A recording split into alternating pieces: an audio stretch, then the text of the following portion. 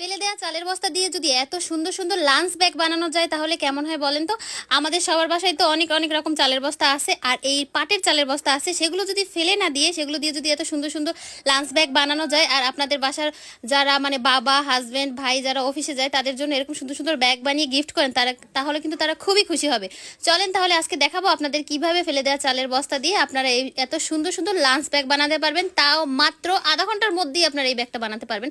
তো চলেন প্রথমে আমরা এই চালের বস্তা থেকে একদম সুন্দর মতো সাইজ করে কেটে নিলাম। 13 ইঞ্চি বাই 12 ইঞ্চি এভাবে করে আমরা দুইটা পার্ট কেটে নিয়েছি, ব্যাগের ফ্রন্ট সাইড আর ব্যাক সাইড দুটোই কেটে নিয়েছি। আর এটা হয়েছে বক্রম, এটা সালোয়ারে দেওয়ার বক্রম। এই বক্রমটা অনেক বেশি শক্ত হয়, এইটা আজকে আমরা ইউজ করবো। আর ইনার হিসাবে এখানে সুতি কাপড় ইউজ করতেছি, যে কোনো ধরনের সুতি কাপড় আপনারা এখানে ব্যবহার করতে পারেন।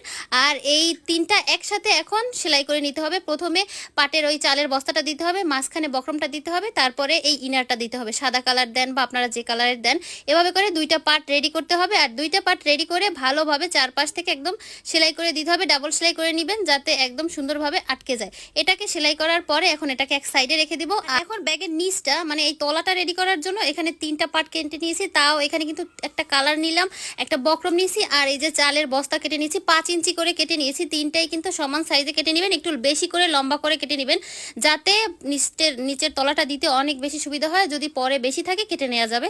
আর এটা হচ্ছে আমরা এখানে যে হ্যান্ডেলটা দিব সেই হ্যান্ডেলটা 3 ইঞ্চি করে কেটে নিয়েছি, এখানেও চালের বস্তাটা কেটে নিয়েছি 3 ইঞ্চি। আর এই যে ইনার হিসেবে কিন্তু অন্য কালারটা দিতে হবে উপরে যাতে দেখতে ব্যাগে সুন্দর লাগে। এটা ইনার না, সরি, এটা হচ্ছে উপরের পার্টের অংশটা, এটা চালের বস্তাটা ভিতরে থাকবে। প্রথমেই আমরা কিন্তু ব্যাগের হ্যান্ডেল দুটো রেডি করে নিয়েছি, এই যে দেখেন সুন্দরভাবে মোটা করে হ্যান্ডেলটা রেডি করে নিয়েছি। এখন ব্যাগের বেসটা রেডি করার পালা। তো আপনাদেরকে প্রথমেই দেখিয়ে দিয়েছিলাম যে প্রথমে চালের বস্তাটা দিতে হবে, তার মাঝে দিতে হবে বক্রমটা, তারপরে ইনারটা দিতে হবে। এভাবে করে সুন্দর করে দুইটা পার্টি সেলাই করে নেবেন আর ডাবল সেলাই দিবেন। আর যদি চারপাশ থেকে যায় সেটাকে চারপাশ থেকে কাট করে নেবেন, তাহলে জিনিসটা দেখতে অনেক বেশি সুন্দর হবে। এই যে দেখেন আমি কিন্তু দুইটাই সুন্দর করে রেডি করে নিয়েছি।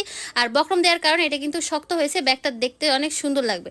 এখন হচ্ছে নিচের পার্টটা মানে ব্যাগের যে তলাটা সেইটাকে রেডি করতে হবে। তো প্রথমে আমরা চালের বস্তাটা যে কেটে নিয়েছিলাম 5 ইঞ্চি করে, তার সাথে বক্রমটা 5 ইঞ্চি করে কেটে সেটাকে সেলাই করে নিয়ে তারপরে এই কালারটা দিয়েছি। আপনারা চাইলে এখানে যে কোনো কালারের কটনের কাপড় ইউজ করতে পারেন, আমি এখানে এই কালারটা ইউজ করছি, আপনারা চাইলে অন্য কোনো কালার ইউজ করতে পারেন, এটা দেখতে অনেক বেশি ভালো লাগবে। তো এইটাকে ভালোভাবে সেলাই করে নিয়েছি। দেখেন এটা কিন্তু খুব অনেক বেশি লম্বা করেই কেটে নিয়েছিলাম আর লম্বা করেই সেলাই করে নিয়েছি।